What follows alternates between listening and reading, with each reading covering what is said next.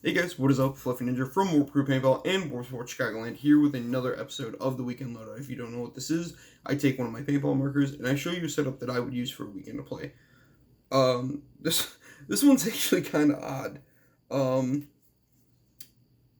I'll just kind of explain that as I go.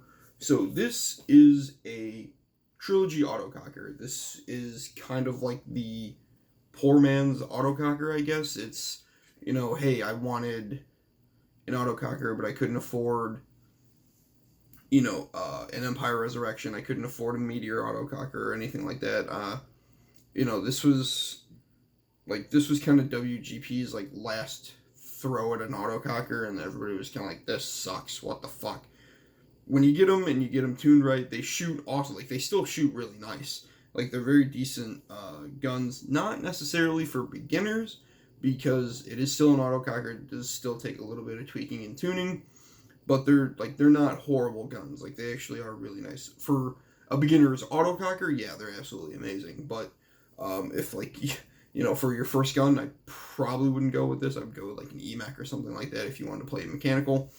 But if like mechanical tournaments are still really big, and if you don't want to set your gun to 5.5 and you can find one of these for a decent price, I think I bought this one for like maybe $100, and they're not even really worth that. I know I had two of them that I sold off for I think 75 a piece, and I constantly see them for like 150 for some reason. Like people are like, "Oh no, yeah, if you want an autococker, you're gonna pay for it," which is weird because the trilogies were like not that expensive when they came out. I don't really know the price off the top of my head, but they're not expensive guns. Like they kind of just took all the extra parts and they're like, yeah, fucking throw an autococker together, what the fuck ever.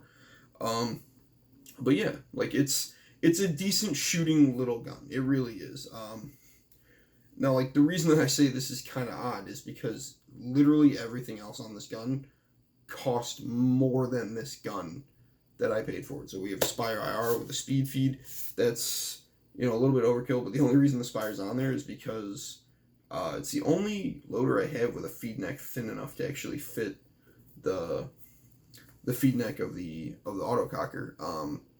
I do want to get it chopped and then just put like an adjustable one on there, but again, that's money spent on a gun that really shouldn't have money spent on it. But yeah, it fits in there, so this would, like it won't come out, which is nice. So this would be, a really good little plinker kind of setup. Barrel is the old barrel that came off of a Defender that has been bored out for the XL inserts. So the bored barrel and the XL insert is more than the gun itself. And then I have a 68 First Strike tank on here with an Immortal Air Reg. It's Chris's tank, don't tell her.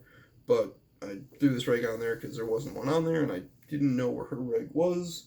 So I threw this on there, and I love the Immortal Air Regs. I really do. Krista likes the Gorilla Air ones just because they're a little bit shorter, or sorry, the First Strike ones because they're shorter, and it keeps her tank closer to her marker. So I can understand why she likes that. But this setup is actually perfect for me, just because like my 77 is like the gun is like out here on me. It's ridiculous. But yeah, so it's a really weird setup. Like tank is more expensive than the gun, and then the regulator itself is almost as expensive as the gun, I think. I actually don't remember what I bought this reg for, or I think it was given to me in a trade. I don't remember. But yeah, no special bolt. I think it's just got the stainless steel basic bolt in there.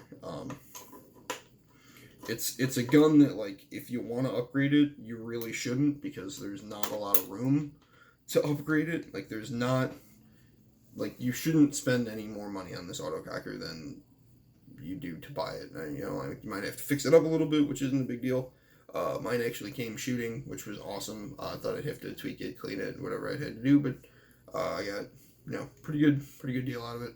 But yeah, it's a nice little plinker gun, honestly, if you just kind of want to slow it down. Autocockers in general are really good for that, which is really nice. So, if you're looking to get into, I guess, more advanced mech play than an EMech or a GOG enemy or something like that. Look at an Autocracker, see if you can get your hands on a Shoji. You can usually find like pro stocks that are decently put together for like 250 ish. A lot of right feeds for some reason, like a lot of center feed mechs are a little bit more expensive, but like the feed neck on the right side, those are like 150 completely put together, which is weird. I don't really like right feed autocockers either. I had one for a while and I was like, I don't like this at all, because when you're snapping out the right side of your bunker, your fucking loader's there immediately, and then you get shot and you're like, god damn it. So, it's just one of those things. Like, even angling it in doesn't really help, because you still got like your whole loader is exposed basically.